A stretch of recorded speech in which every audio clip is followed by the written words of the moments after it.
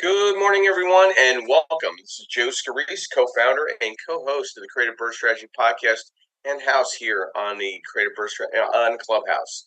I want to welcome everybody this morning. We'll get ourselves set up in just a few minutes. Give me just a quick second.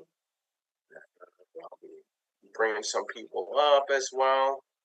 Another great discussion yesterday. I want to thank everybody for being so involved. A solid 60 minutes talking Fed rate, talking inflation, uh, Fed cuts, politics a little bit. Please mute. Thank you, Steve. Got to keep muting every time you come up, Steve. Okay. So we'll get started here in just a few minutes. But another great discussion this morning. We're going to dive into lead generation for your real estate business strategies. We're going to touch on some brand awareness as well. I don't think people really realize how important brand awareness sometimes is as important as lead generation. They have a lot of correlation, and I don't think a lot of people understand the differences. So we're going to dive into that in just a few minutes. I'm just going to do a quick share and invite some colleagues in here, and we're going to dive into this.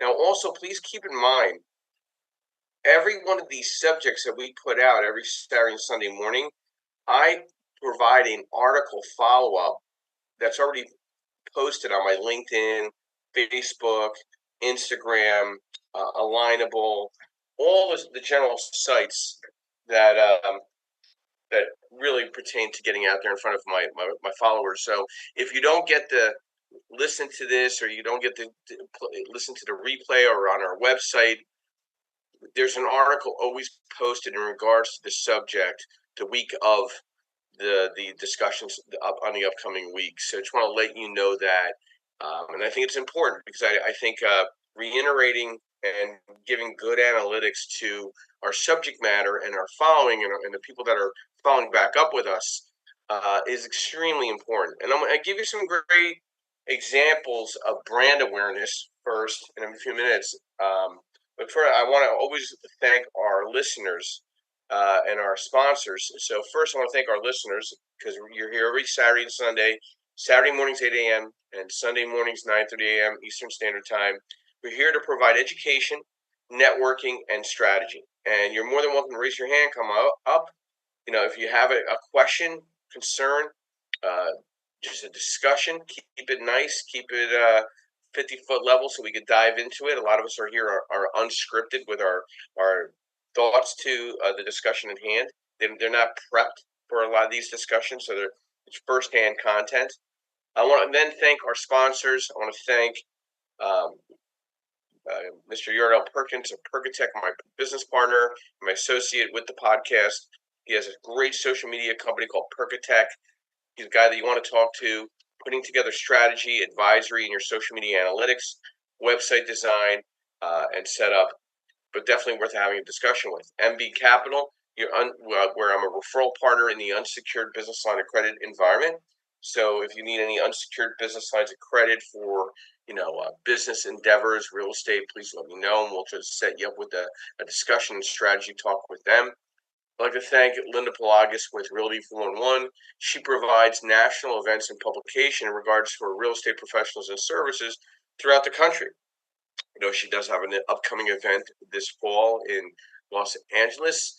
If you can make it out there, it's a well-attended event. Definitely something that's cost-benefit to be there. And then I want to thank Lendmark, where I'm a senior loan analyst, where we provide asset-based lending for real estate professionals in the investment space, nationwide, single family through 4 family, 5 units up to 25 units, mixed use, 1 unit up to 25 units, fixed to rent, fixed to flip, new construction, blanket loans, advisory and strategy, and building out your real estate portfolio.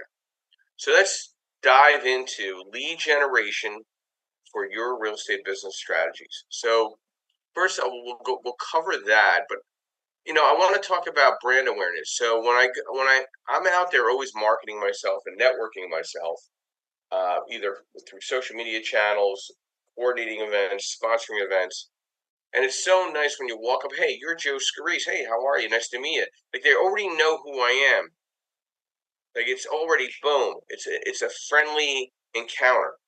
And we go right into a discussion of what they're doing, who they are, how can I help them, and it opens up a whole nother type of lead gen. And brand awareness, I think is as important as let me just get my other article here. I thought I had it in front of me. Sorry about that. I think brand awareness is really, really important because the recognition of who you are and what you do, I think, is extremely important in your market. In the real estate industry, brand awareness and lead generation serve different but complementary purposes, each targeting a very distinct aspect of business growth. Brand awareness is about increasing the visibility and recognition of your real estate business and you. It ensures that your potential clients are thinking of when buying, selling, renting, or branding comes first to them, right? So what is the goal? You got to establish trust, recognition, and familiarity in the marketplace and with your clients. Tactics, digital marketing, offline efforts such as like local sponsorships and events, PR efforts such as like feature local media and participating in industrial panels such as this, and educational resources like blogs, webinars, white paper. Like that blog went out on brand awareness this morning. I put it out in bigger pockets. It's on Facebook, LinkedIn. It's getting out there. But then you have to study the KPIs on it. What are your returns on it? What's the social media reach? What are your followers thinking? What is your engagement? What is the website traffic? Like I have two websites. So like I do ask Yordell, time to time, where's the traffic coming from? Where are the brand mentions or impressions? And what's your role in real estate? Crucial, it's crucial to people to really define who you are and what you do. Okay? And this ties back into lead generation, where it's focused on identifying and converting prospects who are actively interested in buying and selling or renting properties. So the goal is to attract prospects and turn them into qualified leads for real estate transactions, no matter what side of the fence you're on in the real estate. What is the impact? Driving immediate measurable business outcomes, providing a direct return on investment through property transactions, and also keep defining and redefining your role in real estate. And what are the key differences? Time frame, focus, measurement. Balancing both of these, one is an integrated approach where a combination of both is crucial. Using brand awareness strategies to position yourself as a local expert, and pairing them with lead generation tactics like targeted ads or listings to drive inquiries. And then nurturing leads. Brand awareness efforts often help nurture lead generated by direct marketing, keeping your brand at the top of mind for future transactions. So what I've been doing is doing 3 to 5 or sometimes 5 to 10 reach outs to people in my buckets that I've recently had closings with.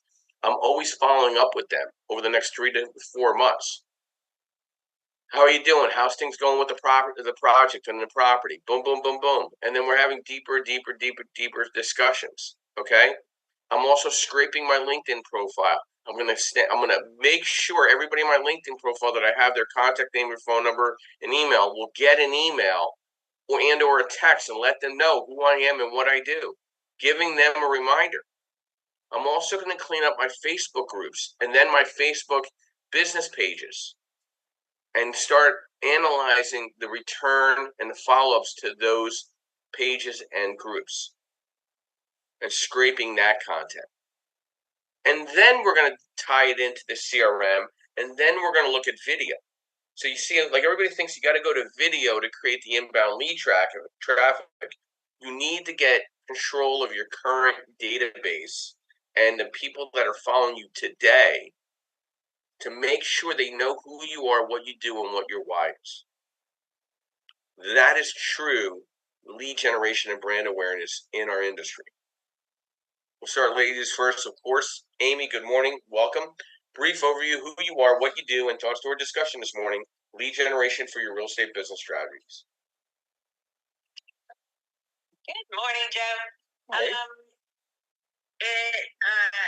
So lead generation. So I guess for me and how I do any sort of lead generation, I take the approach of obviously, and you do the same, providing value first and trying to put a lot of content out there. I know that social media is really my best lead gens for me, and then using the content piece and everything you can on LinkedIn, or even on TikTok or Instagram or any of that. I have a very strong social media kind of strategy. And so LinkedIn is one of my main lead gens. I have 3 newsletters.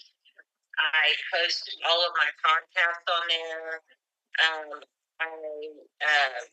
You just generally post like a crazy person several times a day. Because understanding that even though I have I think I have 11,000 followers now, um, most people aren't going to see it in your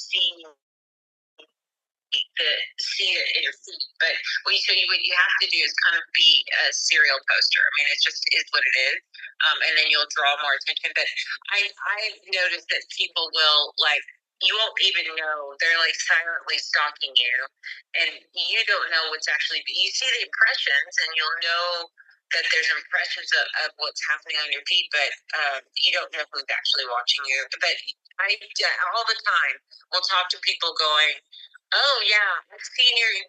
They want to do business with me, or they'll reach out to me because of everything that I'm posting on social media, and because there are websites and things like that. So it really does work.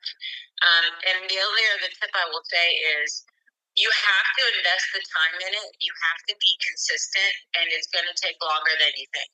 So don't you most of the time in business you spend building momentum, and it'll take a good 90% of your effort to build this kind of momentum. And then once you got it, then you can just kind of keep it from there. But you really have to spend a lot of energy and effort to kind of get it going. So don't quit when you're 87% of the way there. Like just know that this. If you're in business and this is what you want to do, you're gonna have to spend a good enough time marketing, and then we all get as affluent as Joe is, where you can just outsource all this stuff. I'm just kidding, Joe. I had to throw a ding in there to you. It's all good. But no, but it does make sense because you have to spend the time on what you're good at and what you need to focus on. So outsource it to people who can handle your social media and your website and all that great things. And I will eventually get there, Joe, where I can do that. Right now, it's me. I'm doing it all. But I will eventually get there where we'll have somebody do it for me. Yeah. Actually knows what they're doing. Well, Amy, I've made a lot of great mistakes, which have provided some great successes with the social media just by just doing things, not knowing. Okay, yeah, but now it's time to reel it in and round the wagons, and having Yardell, facilitating the website for the podcast, and all the video work. There's a lot of video content already out there. So then I needed a personal website just in case people need to know who I am. A lot of people kind of know what I do. I think you're in the industry, but listen, there's my website. Check it out. It solidifies everything. I've obviously I'm maxed out at all the Facebook group profiles that I have. I'm not going to open up a fourth one. It doesn't make a lot of sense. But the LinkedIn, I mean, there's a lot of good money in there that is untapped. Like why don't you have everybody's full contact information? Okay, and the same thing if you're going to do Facebook and you're going to run a group, you should have controls in place to bring value to that group where people feel compelled to call a call to action with you in a lead gen environment. So I just said, listen, if I'm going to spend 1,000, 1,500 a month right now just to do a vacuum clean and get everything in order before I do something on TikTok and YouTube and what's the other one? TikTok, YouTube, and Instagram. I want to see the true impact where there's balance. I have a full database. I have a good CRM. Like I feel Constant Contact is ancient, old, inadequate for the real estate industry. I'm going with more of a HubSpot setup, and it's going to be a difference because I'll be able to text, I'll be able to email. It's just going to have better controls, and it's a one set price. So, over the next 3 months, I don't know where we're going to go with all this. I was talking with Yordell last night about this. Like, all I know is it's going to be better. I just don't know what better it's going to be. But I could tell you, at least I'll have better controls of my current platform of followers and people that I'm following or they're following me. I don't know if it's going to even create business, but I know it's going to clean up a lot and give a lot of balance to my social media look at. It's like my Google. I'm having a problem with my Google, which we're going to get addressed. Once that's fixed, maybe that might be the thing that takes everything over to the next step. You know what I mean? So there's a lot of what I learned was I originally just started just posting content, and then it was a wasted effort because I didn't have any people into my system to actually, make that work for me, right? So that's what a lot of people start. They'll just start posting content. They'll grow their follower base, but then they're not using that follower base in any sort of meaningful way. And so I was like, okay, well, that's dumb. So I need to somehow get connected to those people or get them into some sort of and if not a sales funnel, an informational funnel, right, where I can get their email addresses and I can keep in contact with them, and I can maybe it builds into a sale eventually, right? So I didn't have the systems behind the content, but you have to have that because it's a wasted effort for you to build out all this content and produce it every week if you're not going to capture those people who are actually absorbing your content so it can be a benefit to you. Yeah. So what I did then was I made the mistake. I just started creating a bunch of content, grew a bunch of followers. So now this year my theme was to be intentional. So anybody who connects with me on LinkedIn, well, sucker, you're gonna get an invite request to meet with me. You're gonna. It's not just we're gonna connect on LinkedIn. I want to actually be on a Zoom call with you. I want to know what you do. I want to know how I can help you, or you can help me, or we can network, or whatever it might be. And I might get about, I don't know, maybe I get about 20% of the people that I connect with on LinkedIn that will actually get on a Zoom call with me. And everybody's like, this is a great idea. And so over the course of this year, so we're now in September, I probably had 1,500 meetings of people I've never met before because I just sent them a Calendly link on a LinkedIn message going, I want to meet the people in my network. Are you game? Let's do it. And then I got them be the master of the 30-minute meeting, and I was having, 8 or 9 meetings a day. And it was just that one tactic alone. I've met my investor who's invested in my company. I've met customers. I've met people who can link me to customers and investors. It's just really kind of interesting how that's going to do. But you have to have the system kind of behind your efforts, because if you don't, then you're just kind of wasting you're just spinning your wheels for no good reason. So there you go. Well, one last question. So you're setting up immediately when you see the connection made, you send a calendar link out to them and say, "Hey, we're connected. Let's have a brief discussion." Yes, immediately. So I'll purposely, and I'm connecting with about. I hit my limit every week. So LinkedIn, they'll limit you to about 200 connections a week. And so I'm inviting 200 people routinely every week. I'm searching using Sales Navigator on prop tech and real estate or investors for those industries. And I reach out to those people and I'm sending out these connection requests. And then when those people connect with me, they get a message that says, thank you for connecting with me. And then I send them if you have not heard of my company or the PropTech Council, here's information about that. But second, my 2024 resolution is to actually meet the people in my network. Here's my calendar link. If you're game, book a call with me, and that's how I do it, and that's how I've been getting all my meetings. Are you limited? Are you limited on the invites in LinkedIn by like? Yeah, 200 a week is what you're limited to. It used to be 700, but now it's 200 a week. And so I hit my max every week, and then when they connect, they get that message from me, and then from that point, they end up booking a call. I'll get a pretty good conversion rate on the people who book calls. It's about 20% of the people that connect with me will actually book a call, or they'll message back and say, eventually. But that's how I've had as many meetings as I've had this year. For sure. See, as I'm having my VA team scrape the database in my LinkedIn, now I'm thinking maybe once they get as much content out of there, then do 200 emails a week till they cap it out. I don't care how long it takes to schedule appointments for me. You can use EvaBoot, EvaBoot. Yeah. And they can you pay, but you can download the data that you don't get inherently through LinkedIn. You can get people's emails from it. They'll go match the people's emails of all your connections in LinkedIn.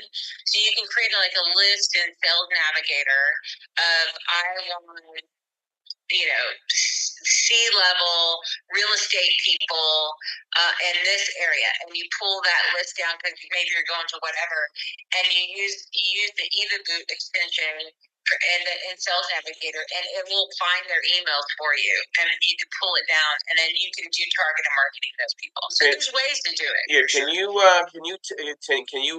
put that in the chat? Yeah, for sure. That'd be great. Thank you, Amy. I really appreciate your insight. By the way, I made an introduction for you. I met a prop tech guy down in Fort Lauderdale this past week. Really sharp guy with some cool software that they're developing.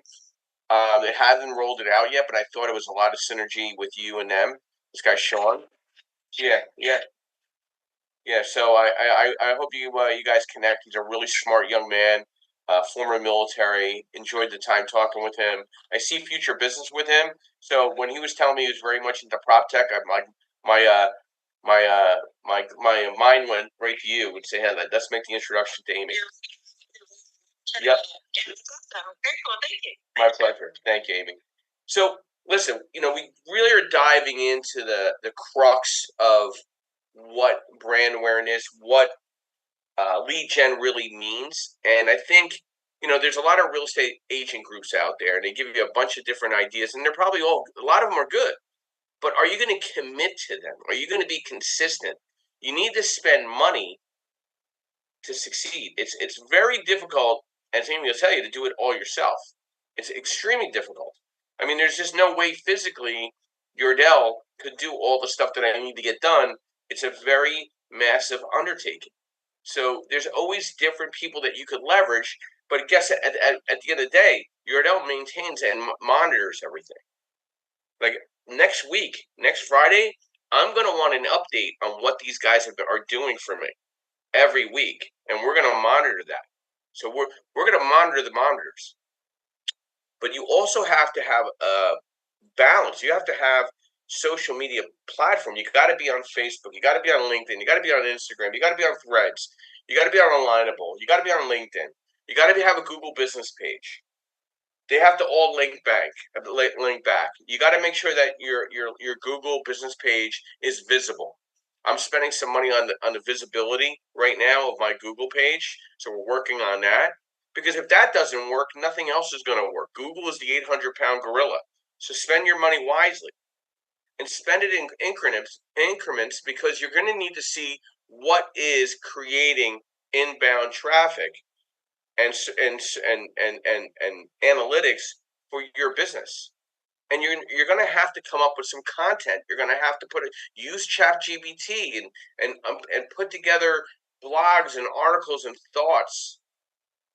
Email campaigns. Listen, we're getting away from Constant Contact.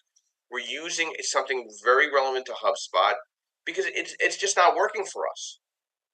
And then you got to find your networking and partnerships as well. Linda, good morning and welcome. Brief overview who you are, what you do, and thoughts to our discussion this morning, lead generation for your real estate business strategies. Good morning, Joseph. Good morning, investors. Hope everyone is doing well today. My name is Linda Pliagas, and I'm with Realty411.com. We're a news and information website for real estate investors, and we produce virtual as well as live events, magazines, podcasts, all in an effort to help investors grow their business. Now, lead generation is everything to a business, regardless of the industry that they're in or the industry it is. Generating leads is a must. Here are some ways that we generate leads. Your website is everything. So you really need to focus on the website and make sure that everything is built correctly, which means you should have a way for people to opt in to receive messages from you, to keep in contact with you. You should also have a great SEO ranking, and someone that is wise with web technology can help you in that regard. It's not that hard to do.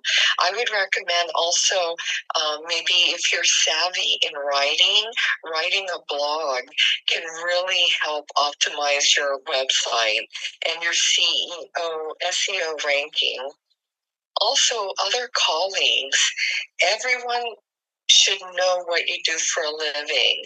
If you're a rehabber, if you're a buy and hold investor, a wholesaler, whatever it is, you should have a business card and connect with people, network with people, go to the Chamber of Commerce meetings, go to Toastmasters, go to your local real estate group.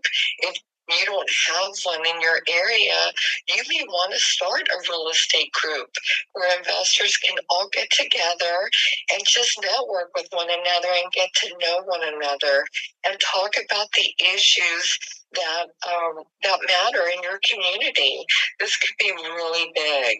Also, bird dogs. Bird dogs are a fantastic source of leads. They can help pinpoint you to sellers that need to get rid of properties. And believe me, when you start paying people thousands of dollars for leads, that word is going to get out, and you're going to have even more people bringing leads your way. So you definitely want to compensate your bird dogs. Other sources of leads that I've used to get sellers who want to, sell to me so I can rehab the property. Other sources include mailers. I get mailers about once every 2 weeks, folks. Some of them are really creative, and I do look at them. I think they're very effective. They're a great way to generate leads, but you have to be careful because this could be the most expensive way to generate leads. Mailing is not cheap. Social media. Amy brought up social media and LinkedIn. Yes, social media is a great strategy to find, especially people with money, investors who would like to invest in real estate, and possibly you could partner up with them. We have a huge social media presence. On LinkedIn, we have 3 accounts. One is maxed out at 30,000 members, and the other ones are like 20,000 and 10,000. So we do have a really big social media network, and a virtual assistant can really help you and people with social media and increasing your visibility.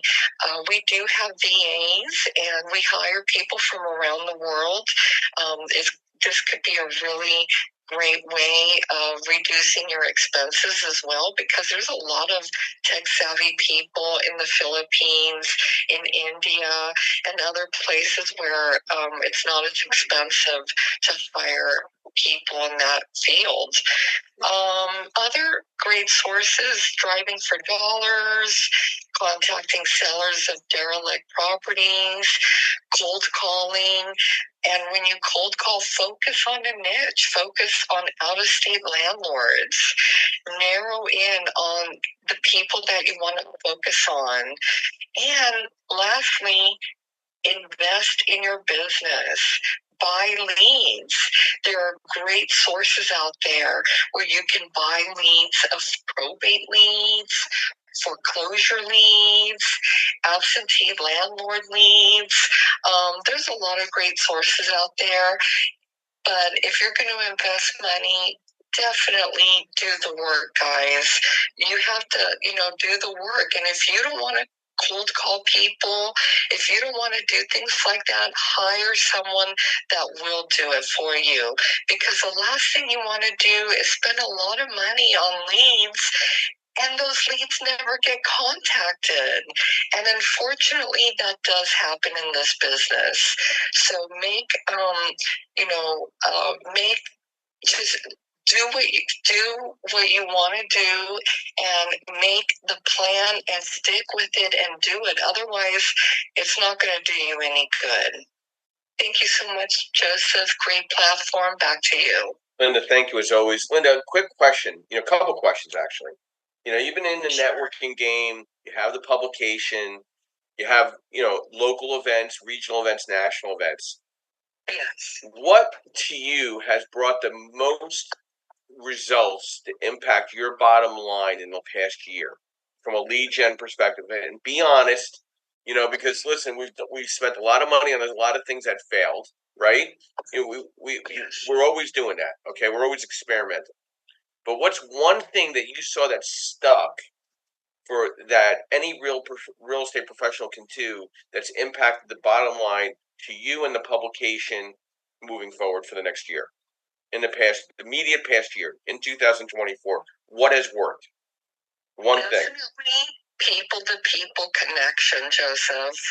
There's nothing quite like shaking the hands of other fellow investors. And that's a great way of raising capital for your deals, of meeting other investors who you may want to partner with, and people who may want to partner with you. So without a doubt, meeting people in person, that doesn't mean you have to spend thousands of dollars to organize an event. You can organize a meetup at a local coffee shop. I saw that you were organizing a meeting at a cigar place. That's awesome. I mean, find places that people want to congregate at and meet at, and organize a small event for other investors in your area. And believe me, once you get to know people and they know that you're a genuine, honest business person, you're going to bring in so much money and so much business, you're not going to know what to do with it, because people want to do business with others. It's just a matter of getting in front of the right crowd. Yeah, I agree with you. I mean, that cigar event, which is kind of ironic that you brought that up, Linda. That was kind of like a mini test that we're going to do, because there's a big expo coming up in Atlantic City in December called Triple Play, and that Monday night, a lot of people don't know what to do because everything starts kind of Tuesday and Wednesday. This is the only cigar lounge in all of Atlantic City, so we're going to actually schedule a cigar event that Monday night at this event, at this location. And it's such a great spot. And listen, I'm not saying that you have to have a cigar. You can sit just and have a drink and network. And you wouldn't believe the type of conversations you have at a cigar place, whether it's a young lady or a man. I mean, it's just really good, really great communication, a lot of fun. We keep it to 2 hours. And you know what? I walk away with relationships every time. Networking to me is the networking piece is all in the follow up. You meet somebody in person, they should be getting an email within 24 hours thanking them for the few minutes that you spent together, and then connecting with them on LinkedIn. and then getting them into your CRM right away. I mean, it's very, and then letting them know what you do to remind them. It doesn't matter if they don't respond. You know how many non-responsive emails I get out of all the emails I send out per week? I hardly get any. Okay, I don't know why. It's okay. But then they follow up with me. Hey, I was thinking about that email you sent me 2 months ago, or 3 months ago, or last year. Can we talk about a deal today? So the networking events, hosting, not big events. I've been seeing a lot of these expos not doing well. People don't feel comfortable being sold. So you got to provide good, comfortable information where people can get their arms wrapped around and don't feel like they're being like swarmed. I just see them not working so well. So having smaller mastermind discussions, deeper discussions, great follow up, having calls like what Amy's talking about that's a gem right there. Having those calls as a follow up with the LinkedIn and setting up a calendar talk. I mean, that's going to be on my radar once I get through this next 3 months. That'll be my January to February attack. I can't do it now because there's so many other things that we're working on social media wise, but that's going to be one of the things we're going to do. I'm going to do a re-follow up once I scrape that data out of LinkedIn and calendar chat with every single person. Even if I get 10 or 15% of those individuals to return on investment to have a call with me, that's I have 20,000 people on my LinkedIn, so that's not a bad return. I'll take it. Okay. Also, look at once you get your Google business profile, look at Google ads, look at Facebook, Instagram ads, look at retargeting ads. They're not expensive. That slow drip does work, and being in front of people. So some advertising, some light, inexpensive advertising, and a must is the CRM and automation tools. A must. So like we're getting away from constant contact. We're going toward HubSpot. We're going to have a text messaging system where you're going to have to opt in. We're going to have the email blasting consistently. You also then want to see the market reports of what the results are going to be. So very important little tactics you need to we've got some really good tracks here to kind of keep it moving along with lead gen discussions. Cindy, good morning. Thank you for your patience. Brief overview, who you are, what you do, and thoughts to lead generation for your real estate business strategies. Hey, good morning, Joe. Hi, everyone. I'm Cindy Ariona over in Salt Lake City, Utah. Great conversation. And Amy, that was just golden. I am going to dig back into my LinkedIn because I worked it really well years ago, and I did have a substantial, following over there, and I just haven't been working it. And really, that is where my clients are. My clients are not on Instagram. They're on Facebook. I don't like Facebook. I don't do Facebook. So what I have done is, and I'm super excited about, is I just resigned from my brokerage. It's the only brokerage I've ever worked for in the U.S. I also own a brokerage in Europe. They have served me really well, and I just don't think that they're positioned to move into the new market that real estate is going to be in the next decade. So I've joined the virtual brokerage, and as a result, I've just gone through this last month of rebuilding my entire business from the foundation up. And I've done extensive research. I've ended up, I'll tell you who I chose. Joe, I'm going with Flowdesk for my batch mailer. I am using Follow Up Boss for my CRM. And I decided to use Luxury Presence for my website. So the landing pages now that I go right into my CRM that has the audit and my operations manager setting up the all the auto flows that they automatically get this email or they get that email. And for lead generation, I think right now for realtors, I know that most of you are investors and lenders, whatnot, is open houses. People don't like open houses. That is where it is at right now. But the key is when you do an open house, is you have somebody with you And then you capture, it's all about the capture and what you do. The gold is in the follow-up. And that is where so many people just drop it. It's in the follow-up. I'll land there. Joe, good to be with you. And thanks, everyone, for all the wonderful information you've shared today. Cindy, thank you very much. Good luck with your new endeavors. Amy, did you want to go give a quick shout before I post some questions? Yeah, sorry. I was just going to make a shout out. Luxury Presence is in the part of the U.S. Project Council.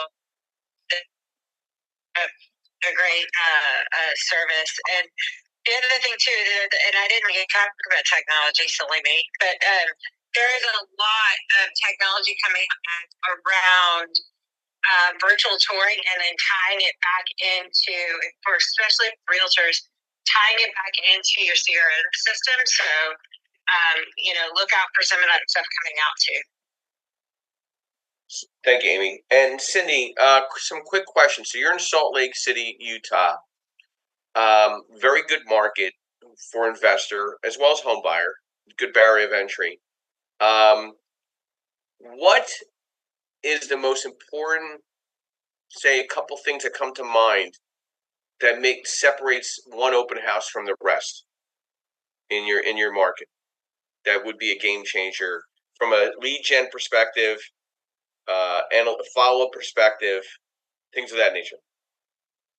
Oh, it's all in the setup, Joe. You don't start getting ready for your open house on Friday afternoon. You do it days before, and you go and you drop flyers, you run the ads, you knock on the doors and tell all of the neighbors, "Oh gosh, I hope we don't cause you any inconvenience." Guess where that conversation goes? So many of the buyers come from the neighbors, so it's really working that neighborhood beforehand. It's the most invasive, wrong word, can't think of it, way to go knock on a door. Hey, just wanted to let you know we're going to be. You're not trying to sell them anything. You're giving information. Oh, they're nosy neighbors. And oh, by the way,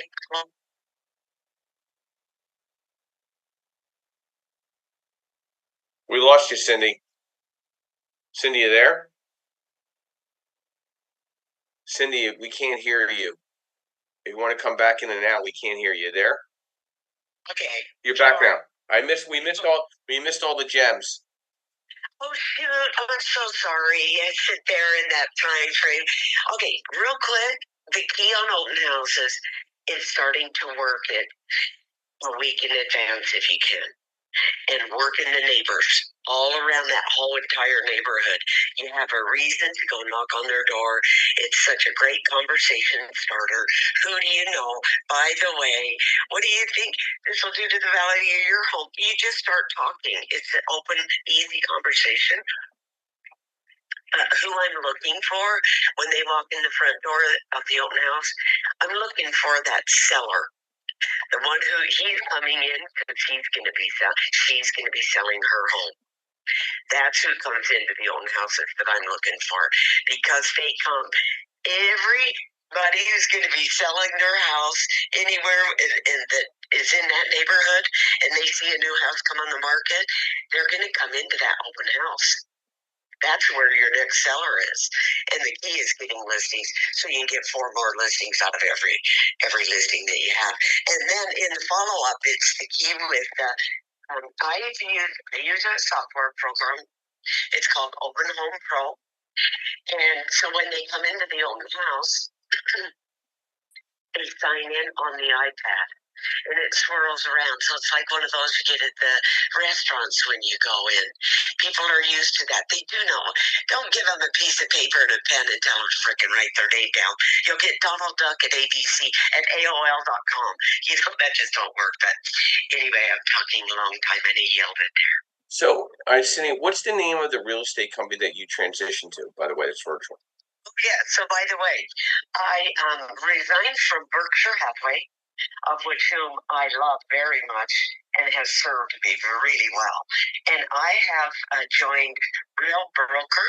Okay. So Sharon Shrivatsa over at Real Broker. Yeah. Yeah, I was with Real at one time, but because I teach CE, I didn't want people thinking I was trying to recruit. I think it's a great online company. I had to kind of separate myself with the CE courses I teach. So I put my licenses under a property management company. But very good, very nice move, very smart move. It's a very aggressive company.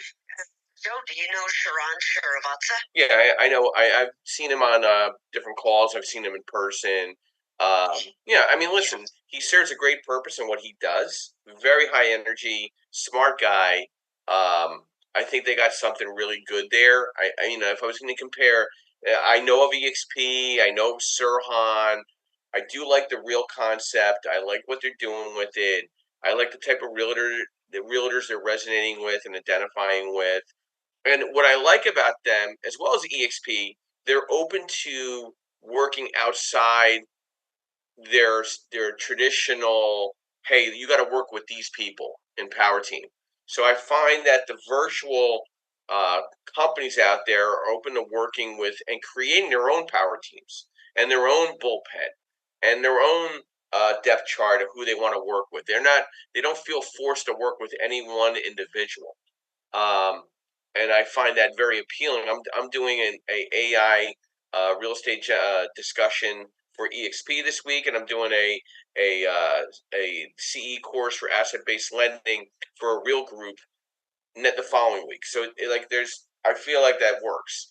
But I think Sirhan is coming around full circle too, especially on the East Coast. It'll be interesting to see how he impacts both of those virtual services for real estate brokers. And listen, let's be honest with you. The cost benefit at Real is way more.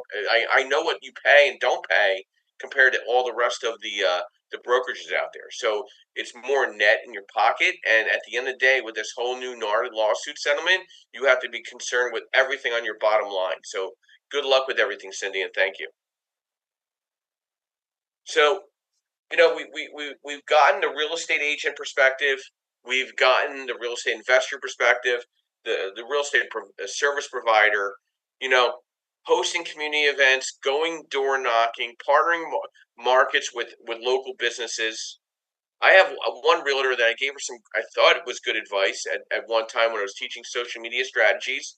She does a video discussion from every coffee shop that's neighboring her new listing or her upcoming open house. She'll do a tour of the coffee shop that's most convenient to that location. Okay? So that's very important. So, like, she's identifying with the local business here in Philadelphia and saying, okay, come by this coffee shop before you come by my open house. Or, by the way, this is a great place to have a cup of coffee with your dog outside. It's pet friendly, and it's only blocks away from the home that you could live in. So she does selling points either for coffee shops or local restaurants up to the point of selling that property or hosting that open house. Attending local networking events, I'm not a fan of the Chamber of Commerce stuff. It doesn't really resonate with me. I'm more investor driven. But as a real estate agent, that's your fish pond. They know what's going on in that local demographic and that local market. And sponsoring local community charity events, giving back. If they can afford to do that, that's where the money stretches out the most. Maybe even creating a local newsletter and doing it virtually and putting it on a Facebook group or a LinkedIn group and hosting seminars. Pulling back, from a recruiting perspective, most people bring me in for CE instruction to recruit realtors into their downline. I think it's brilliant, but it's another way of a social media lead gen tactic. It's not all about just getting the client. It's also about building up team. Steve, thank you for your patience. Brief overview of who you are, what you do, and thoughts to our discussion this morning. Lead generation for your real estate business strategies. Steve, going once. There you go. Sorry, I'm here. Sorry about that, Joe. A little bit.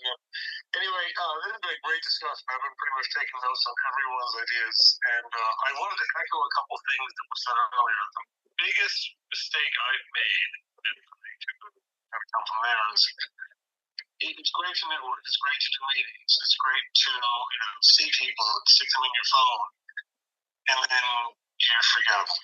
Then you don't follow up. And it's hard. You're doing, a bunch of closing every week, every sector of businesses, the lot going on. So having those sectors, those service sessions in the background, whether it's a virtual assistant, whether it's a CRM, whether it's whatever, to make sure that either it reminds you to follow up, and you to follow up, or your staff, or whatever, that's where you can easily drop everything. And also, when you move into it, technology, I don't care if it's Google Sheets as a way of tracking, who you work with and whatever. Make sure you understand how to get what you need out of that technology when it's time to move on. You're getting out of constant contact, moving to HubSpot. How do you move that over?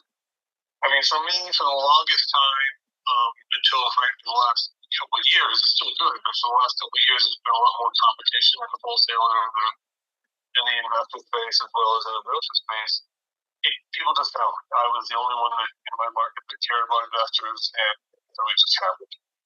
Now it's a lot more outreach. We tried cold calling, we're trying cold calling, we try some bot leads, we're trying different things. But the funniest thing for me, I think I had a horrible job on social media. I'm actually partnering with a social media company for doing this, and we will be offering stuff as packages. But people were like, "Oh, you're everywhere on social media. You're all over Facebook. You're all over this." Like, I don't think I post that much, but thank you. But people do notice. They may not talk, they may not click you, they may not like or any of that stuff, but it's, oh, we've seen you.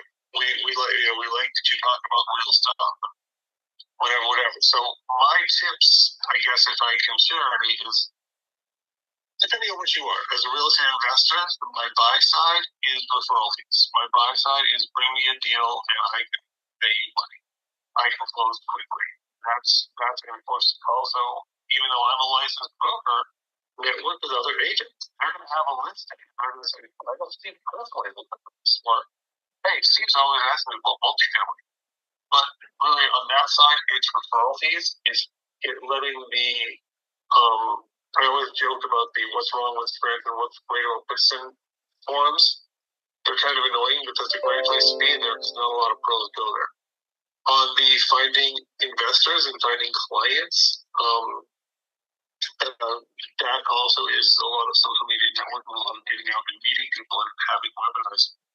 Finding the actual end buyers, that's where it becomes you've got to rise above. We're trying a new strategy. We're still doing cold calling, but we're aiming toward a larger set of investors. We're aiming toward the investors that own 5, 25, or above 10 units. I don't care what size the building is. Because all of the wholesalers and all of the realtors are taking, single family 1 to 4. That's where all the wholesalers are living tonight. Very few are looking at the self-storage, mobile home parks, the larger investors. So there's less traffic in that. And we're just starting. We're finding less traffic at that altitude. But none of it works if you don't have a CRM. You don't have, in my case, a virtual assistant. I actually, like I said, I teamed up with a social media marketing company. And it's hard to find one if you're a small investor. It's hard to find one that doesn't want thousands of dollars a month. And in a market like this, that's hard to come up with. But having that team, having that organization, it really just working. I've learned a lot watching Joe and just constantly never lets text message go without being responded. Never lets in the back go without at least considering. And I'm trying to get better at that. That's where it is. But for my life of going out and meeting people, the follow-up is where I've always struggled the most, and that's why I'm working the hardest at that end of it. Thank you, Steve. And thank you for the kind words. I mean, I think the biggest opportunity, like in a market where you're at, because it's not as big as people think, even though the Poconos and Northeast Pennsylvania, very big, large, you have to know people. And you have to provide real, consistent, and continuous insight to the market. Wherever you are, okay? So I think, instead of spending money on expanding your database or expanding your circle of influence or your sphere of influence, why don't you spend money on getting to know your sphere of influence? There's enough leads. If you have 20,000 people in your LinkedIn, you should be able to get enough leads out of that to last the next 2 years. Okay? And then from those leads, another 2 years. if you work that your current sphere correctly, whether it's Facebook. So to me, instead of me expanding into all kinds of video work, which I feel is unnecessary, let me get control of the database I have today, the sphere of influence I have today, and social media market and advertise to them, or traditionally invite them or cordially invite them to be part of something that I'm involved with, or be part of a referral program, or be part of our each other's power team. Then the open houses. When I was in the residential space, I went to 2 to 3 to 4 open houses every Saturday and Sunday, and just cordially, introduce myself to the licensed real estate agent and let them know if I could be of any assistance. Was it good? Yeah, I followed with a lot. A lot of those realtors remember me. I did that every Saturday and Sunday. Okay, direct mailing still works. People still open their envelopes for mail, right? Looking at different type of listings like FSBOs and expires. I personally like smaller mastermind groups and following up with those individuals. We have a podcast here. I have extended multiple times. If you need some video work, let's do an interview and get you in front of people. Okay, why would I do that? Because I don't know who you're in front of, and you definitely don't know who I'm in front of. So now we're cross collaborating this great marketing idea, okay, to create lead generation for both of us. So at the end of the day, it's qualitative over quantitative. So if you're going to create lead generation today and you have already a great following, why haven't you taken advantage of the following? So right now, I'm taking a step back to go 4 steps forward to make sure people know where my website is, people know where our podcast is, people know who's in the podcast, people are downloading the podcast, people are understanding that I offer CE. I'm also a direct asset-based lender. I provide white label marketing for brokers and referral partners. I offer video content and marketing work for real estate professionals throughout the country. I attend events regionally and nationally. That's not that hard, right? So you got to kind of shave it down and keep working on it. So like what Amy gave us this morning, I'm definitely going to apply maybe in the next 3 months, because I know what I'm doing over the next 3 months. Okay, and I have to stick to it. I have to get completion. So whatever you're going to do with the lead generation, invest in it and complete it. Don't go halfway and then, oh, this sucks, because you don't know where the other half is going to take you, right? You don't know who you can partner with in expanding lead gen. It's so important. Like from a lender perspective or a real estate agent perspective, there's so many different power team players that you can partner with to create additional lead generation. Co-hosting events, co-hosting podcasts, co-hosting blogs, tagging one another, sharing each other's thoughts, doing follow-up and follow-through. It's all about the consistency and continuity to create lead generation for your real estate business, whatever it is. Linda, some final thoughts to our discussion this morning on lead generation for your real estate business strategies. Yes, whatever you implement in your strategy, the fortune is in the follow-up. It doesn't matter how many business cards you gather if you don't call them and let them know that it was a pleasure to meet them, you're putting them in your CRM, and that they'll be receiving updated messages from you. So follow up with everyone, folks. Thank you, Linda. Setting specific, measurable, achievable, and relevant and time-bound objectives is a good way to plan the steps to meet the long-term goals in your grant, in what you're trying to do. It helps you take the ideas to action. So setting a really true net worth goal from what you're doing with the lead gen is very important. Setting a goal for honing your deal analysis and what you're doing as well. Creating a goal for continuous real estate education. Maybe it's about educating people around you. Mapping out the building and the diversification. You can't do it all yourself. It's numerically impossible. Set a goal. What you feel that growing, what you want to do about growing your network from the lead generation. Okay, and set a goal for growing your team. So the lead gen is also about team building as well. So if you're a licensed real estate agent, how many realtors do you want in your team by the end of this year? How many do you want in quarter 2, quarter 3, quarter 4? Who do you need to partner with to make those differences?